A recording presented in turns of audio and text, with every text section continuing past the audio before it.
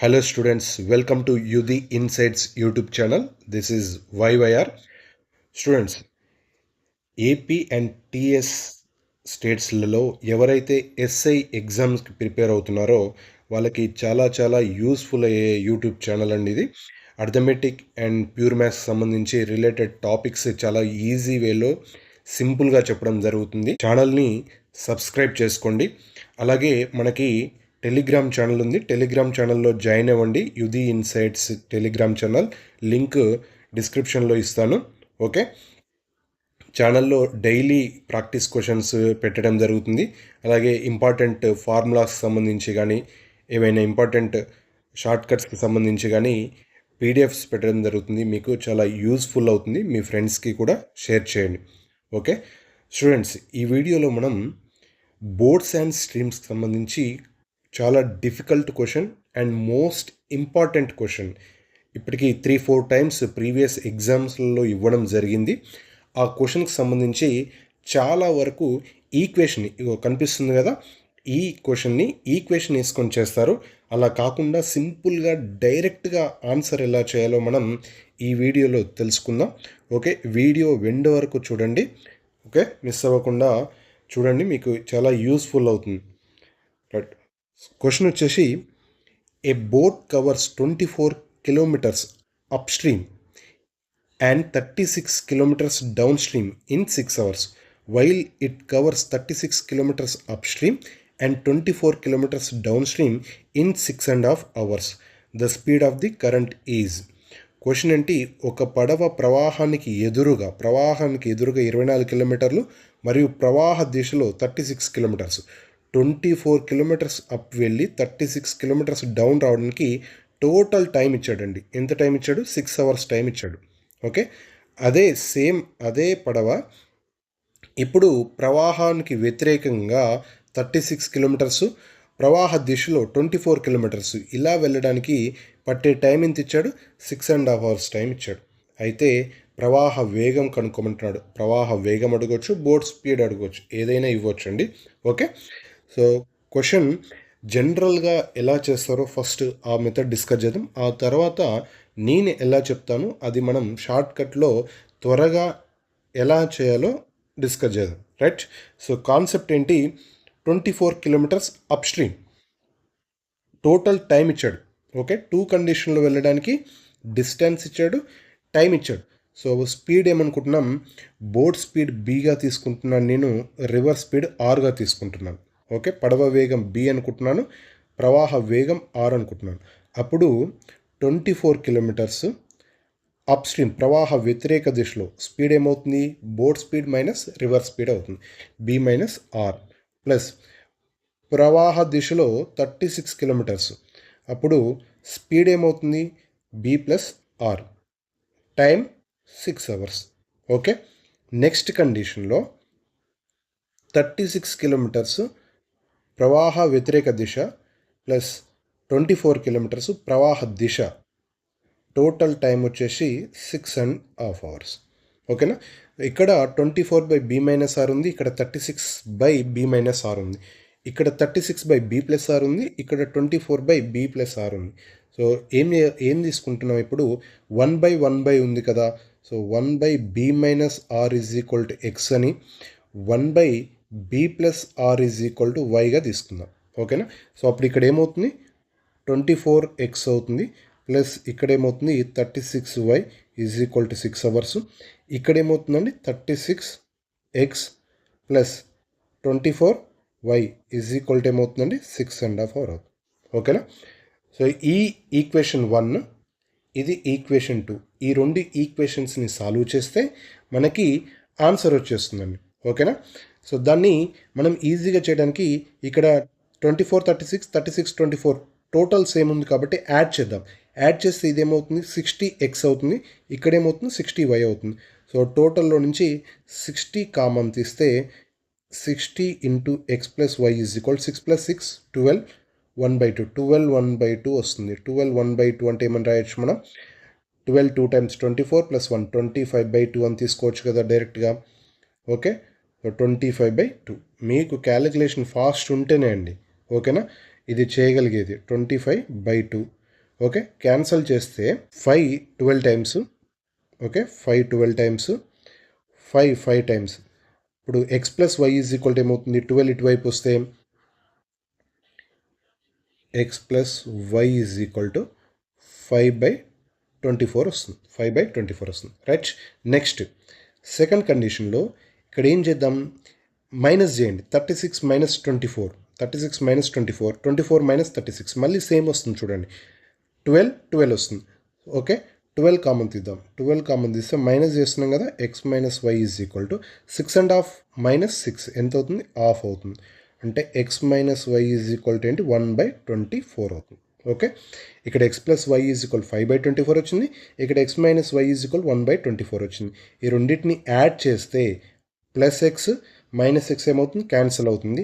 X plus X is equal to ఏమవుతుంది, 2x అవుతుంది. 2x is equal to 5/24 plus 1/24 ఎంత అవుతుంది, 6/24 అంటే 1/4. 2x ఈజ్ ఈక్వల్ టు 1/4 అవుతుంది. 6 1 times, 6 4 times, X is equal to 1/8 అవుతుంది. X అంటే ఏమని తీసుకున్నాం మనం ఇక్కడ, 1/b మైనస్ ఆర్ కదా. అప్పుడు X is equal 1/b minus R ఇక్కడ సబ్స్టిట్యూట్ చేస్తే అప్పుడు b minus R is equal to ఏమవుతుంది, 8 అవుతుంది. b minus R is equal to ఏమవుతుందండి, 8 అవుతుంది. Okay, next X is equal 1/8 వచ్చింది. ఈ ఈక్వేషన్లో అయినా సబ్స్టిట్యూట్ చేయండి, లేదంటే ఇక్కడ కనిపిస్తున్న ఈ ఈక్వేషన్లోనైనా సబ్స్టిట్యూట్ చేయండి. సబ్స్టిట్యూట్ చేస్తే ఇక్కడ సబ్స్టిట్యూట్ చేసాను అనుకోండి, ఎక్స్ ఈజ్ ఈక్వల్ టు 1/8, అప్పుడు వై ఈజ్ ఈక్వల్ టు ఏమవుతుంది, 5/24 మైనస్ 1/8 అవుతుంది. 5/24 మైనస్ 1/8 అంటే 5 మైనస్ 1 4, ఇక్కడ 8 అంటే 24 3 టైమ్స్ అవుతుంది కదా, ఎల్సిఎం 5 మైనస్ 3 2, 2/24 అంటే 1/12 వస్తుంది, 1/12 అవుతుంది. వై ఈజ్ ఈక్వల్ టు 1/12 వచ్చింది. ఇక్కడ మనం వై ఈజ్ ఈక్వల్ టు ఏమనుకున్నాం, 1/b ప్లస్ ఆర్ కదా, 1/b plus R. So 1/b plus R is equal 1/12 అంటే b plus R is equal to ఏమొస్తుంది, మనకి 12 వస్తుంది. b plus R is equal to ఏమొస్తుందండి, 12 వస్తుంది. రైట్. ఇప్పుడు ప్రవాహ వేగం మనకి b మైనస్ ఆర్ అంటే అప్ స్ట్రీమ్, ప్రవాహ వ్యతిరేక దిశలో వేగం. b ప్లస్ ఆర్ అంటే ప్రవాహ దిశలో వేగం. అప్ స్ట్రీమ్ స్పీడ్ ఇది, డౌన్ స్ట్రీమ్ స్పీడ్ ఇది, రెండు వచ్చాయి. మనకి రివర్స్ స్పీడ్ కావాలంటే మనకు తెలిసిన ప్రాసెస్ ఏంది, down stream minus up stream by 2 కదా. ప్రవాహ దిశలో వేగం మైనస్ ప్రవాహ వ్యతిరేక దిశలో వేగం by 2. D minus U, 12 minus 8 అంటే 4, 4/2 అంటే ఎంత అవుతుంది, 2 అవుతుంది.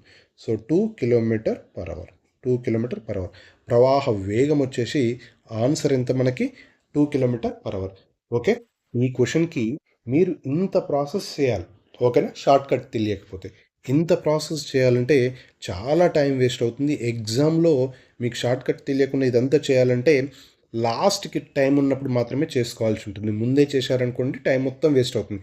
ఈ క్వశ్చన్ మీరు అటెంప్ట్ చేసి సాల్వ్ చేసి ఆన్సర్ టిక్ చేసే లోపు ఈజీగా 5-6 క్వశ్చన్స్ వేరే క్వశ్చన్స్ చేయొచ్చు. ఓకేనా, ఇంత ప్రాసెస్ చేయాలనుకుంటే.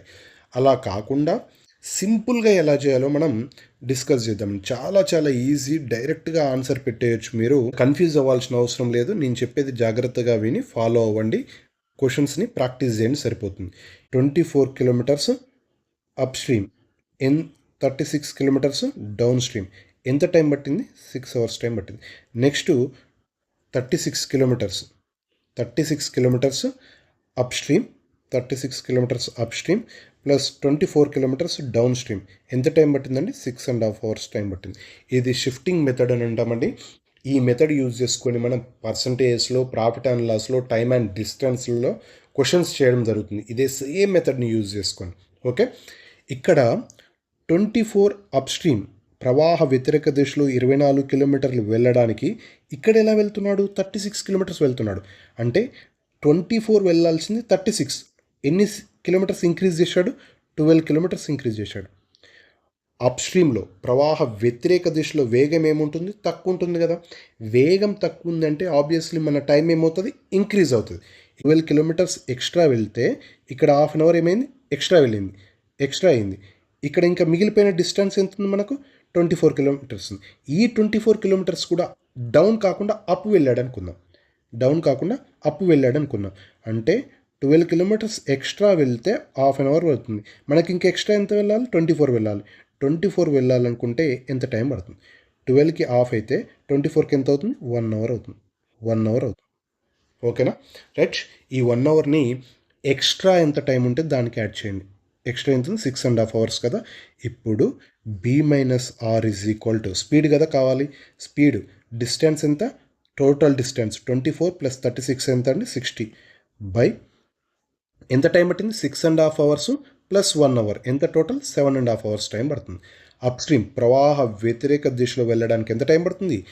6.5 అవర్స్ ప్లస్ ఎక్స్ట్రా ఈ 24 కూడా అప్పులోనే వెళ్తున్నాడు అనుకుంటే షిఫ్ట్ చేస్తున్నాం మనం. 24 డౌన్ని 24 అప్గా మారుస్తున్నాం. 24 అప్గా మారిస్తే అప్పుడు ఎంత టైం ఎక్స్ట్రా పడుతుంది? 1 అవర్ ఎక్స్ట్రా పడుతుంది. అంటే టోటల్ ఎంత అవుతుంది? 7.5 అవర్స్ టైం పడుతుంది. 7.5 అవర్స్ అంటే 7 1/2 అంటే 15/2. 15/2 చేసుకుంటే 15/2 ఎంత అవుతుంది? 8 km/h. 8 km/h. ఓకేనా? 60/15. 15 1 టైం, 15 4 టైమ్స్. 4/1/2 అంటే 8 km/h. Okay, simple. నెక్స్ట్ మీరు చేయాల్సింది ఏంటి?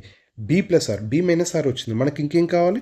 ప్రవాహ దిశలో వేగం కావాలి. ప్రవాహ దిశలో వేగం కావాలంటే డిస్టెన్స్ ఏం చేంజ్ అవ్వట్లేదు కదా, టోటల్ 16 అలానే ఉంది. బై సింపుల్ ఏం చేయాలి? తక్కువ టైం ఏది ఉంటే అందులో నుంచి సబ్ట్రాక్ట్ చేయండి. ఎంత? 1 అవర్. 6 - 1 ఎంత? 5. 60/5 12 km/h అవుతుంది. 12 km/h అవుతుంది. ఓకే. ప్రవాహ వ్యతిరేక దిశలో వేగం ఎంత? 8 km/h. ప్రవాహ దిశలో speed 12 km/h. Okay. River's speed కావాలి. So down minus up by 2. Down minus up 12 - 8/2 4/2 2 km/h. So simple. ఎంత సింపుల్గా ఆన్సర్ వస్తుంది మనకి. Okay, 12 km/h. Direct answer. మీరు ఏం చేయాల్సిన అవసరం లేకుండా ఎంత సింపుల్గా ఆన్సర్ వచ్చింది చూడండి. 2 km/h. సింపుల్. మీరు చేయాల్సింది ఎప్పుడైనా ఎగ్జామ్లో ప్రాక్టీస్ చేయండి. క్వశ్చన్ షార్ట్ కట్ అంటూ ఏముండదండి. మీరు క్వశ్చన్ని సాల్వ్ చేసేది అనాలిసిస్ చేసి ఎక్కడ మనం డిక్రీజ్ చేయగలం అని ఆలోచిస్తే ఆన్సర్ ఈజీగా వస్తుంది. 24 36 12 ఇంక్రీజ్ అయింది. 24 36 12 ఇంక్రీజ్ అయింది. 12 ఇంక్రీజ్ అయితే ఎంత ఇంక్రీజ్ అయింది? ఇక్కడ హాఫ్ అన్ అవర్ ఇంక్రీజ్ అయింది. ఇంకా రిమైనింగ్ డిస్టెన్స్ ఎంత ఉంది? 24 ఉంది. 24కి ఎంత అవుతుంది? 1 అవర్ అవుతుంది. మీకు సింపుల్. ప్రవాహ వ్యతిరేక దిశలో B-R అప్ స్ట్రీమ్ స్పీడ్ కావాలనుకుంటే హైయెస్ట్ టైం ఏదైతుందో దానికి ఇక్కడ డిఫరెన్స్ వచ్చింది యాడ్ చేయండి. ఓకేనా? 6.5 అవర్స్ ఎక్స్ట్రా ఎంత రావాలి మనకి? ఇంకా 24 వెళ్ళడానికి 1 అవర్ టైం పడుతుంది కదా. 1 అవర్ యాడ్ చేయండి. 1 అవర్ యాడ్ చేస్తే ఎంత అవుతుంది? 6.5 అవర్స్ ప్లస్ 1 అవర్ అంటే 7.5 అవర్స్. 7.5 అవర్స్ అంటే 15/2. 15/2 అంటే స్పీడ్ ఏమవుతుంది? 60 కిలోమీటర్స్ వెళ్ళడానికి 15/2 అవర్స్ టైం పట్టిందంటే స్పీడ్ ఏమవుతుంది? 8 km/h అవుతుంది. నెక్స్ట్ అదేవిధంగా ప్రవాహ దిశలో అంటే 60/5. 5 ఎలా వచ్చింది? రిమైనింగ్ 24 కిలోమీటర్స్ వెళ్ళడానికి 1 అవర్. అప్ స్ట్రీమ్లో వెళ్తే 1 అవర్ ఎక్కువ టైం పడుతుంది. డౌన్ స్ట్రీమ్లో వెళ్తే అదే 1 అవర్ తక్కువ టైం తీసుకోవాలి. 6 - 1 5. Okay, simple. మీకు ఇంకొక ప్రాబ్లం చేస్తే ఈజీగా అర్థమైపోతుంది. Right. Next question. A boat covers 18 kilometers upstream plus 27 kilometers downstream in 6 hours. Next, 27 kilometers upstream plus 18 kilometers downstream. Time వచ్చేసి 6/1/2. ఇక్కడ అబ్జర్వ్ చేయండి. సింపుల్. ఇందాక చెప్పా కదా, టైం ఎంత ఇంక్రీజ్ అయింది? 18 to 27 ఎంత ఇంక్రీజ్ అయింది? 9 ఇంక్రీజ్ అయింది. 9 ఇంక్రీజ్ అయితే ఇక్కడ ఇంక్రీజ్ ఎంత అయింది? హాఫ్ అన్ అవర్ అయింది. ఇంకా రిమైనింగ్ డిస్టెన్స్ ఎంత ఉంది మనకి? రిమైనింగ్ ఎంత ఉందండి? రిమైనింగ్ వెళ్ళాల్సింది ఎంత ఉంది? రిమైనింగ్ 18 ఉంది. సో 9కి 1/2 అయితే 18 ఏమవుతుంది? 1 అవుతుంది. 1 అవర్ అవుతుంది. 1 అవర్ అవుతుంది. 9కి హాఫ్ అన్ అవర్ అయితే 18 కిలోమీటర్స్కి ఎంత అవుతుంది? 1 అవర్ అవుతుంది. B-R కావాలంటే ఏమని చెప్పాను నేను? ప్రవాహ వ్యతిరేక దిశలో వేగం కావాలనుకుంటే speed 45 kilometres by time highest టైంకి యాడ్ చేయమని చెప్పాను కదా. 6/1/2 ప్లస్ 1 ఎంత అవుతుంది? 7/1/2. 7/1/2 అంటే 15/2.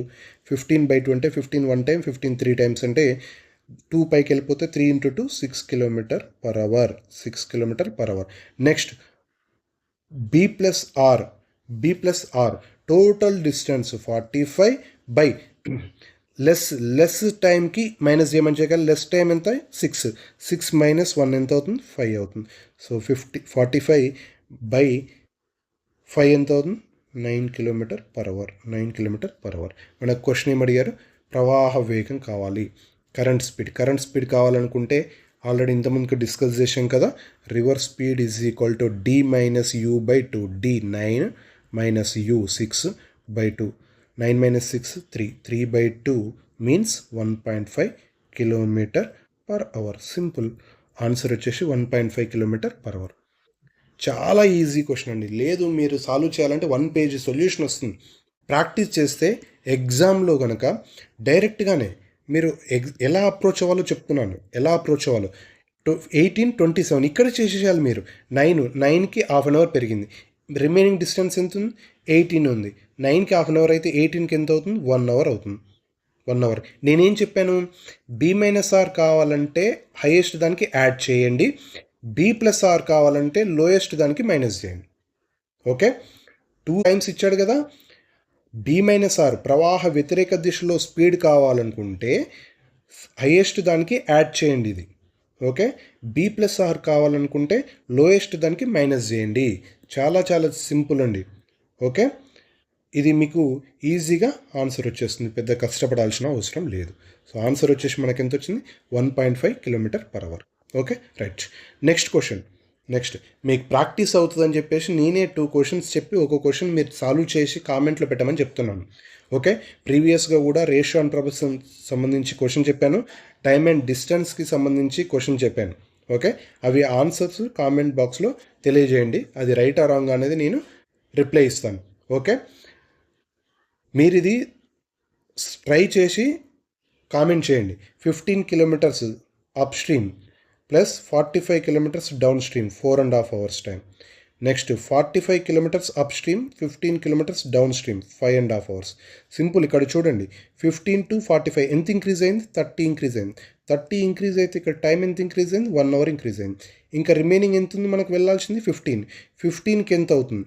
30కి 1 అయితే 15కి ఎంత అవుతుంది? హాఫ్ అన్ అవర్ అవుతుంది. 15కి ఎంత అవుతుంది? హాఫ్ అన్ అవర్ అవుతుంది. అంటే B-R కావాలంటే ఏమని చెప్పాను? హైయెస్ట్ టైంకి కలపమని చెప్పాను. హైయెస్ట్ టైం ఎంత ఇక్కడ? 5.5 hours. 5.5 hoursకి హాఫ్ అన్ అవర్ కలిపితే ఎంత? 6. ఓకే, B+R కావాలనుకుంటే లోయెస్ట్కి మైనస్ చేయమన్నా. లోయెస్ట్ ఎంత? 4.5.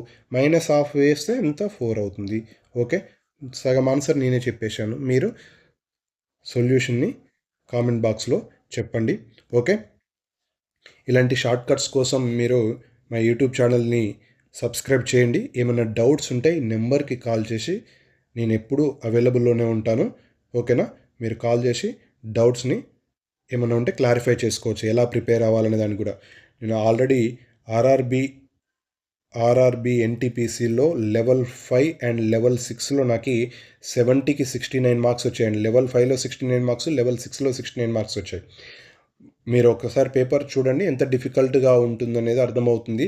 120 క్వశ్చన్స్ 90 minutesలో సాల్వ్ చేయాలి. ఫాస్ట్ క్యాలిక్యులేషన్ ఉంటేనే త్వరగా అండ్ అక్యురేట్గా చేయగలుగుతారు, ప్రాక్టీస్ ఉంటేనే. మీకు ఏమన్నా టిప్స్ కావాలనుకున్నా, ప్రిపేర్ అయ్యేది ఎలా ప్రిపేర్ అవ్వాలనేది తెలవాలనుకున్నా మీరు ఈ నెంబర్కి కాల్ చేయండి. నేను డైరెక్ట్గా మీతో మాట్లాడి మీ డౌట్ని క్లారిఫై చేయగలుగుతాను. ఓకేనా, రైట్. ఈ క్వశ్చన్కి మాత్రం ఆన్సర్ని కామెంట్ బాక్స్లో చెప్పండి.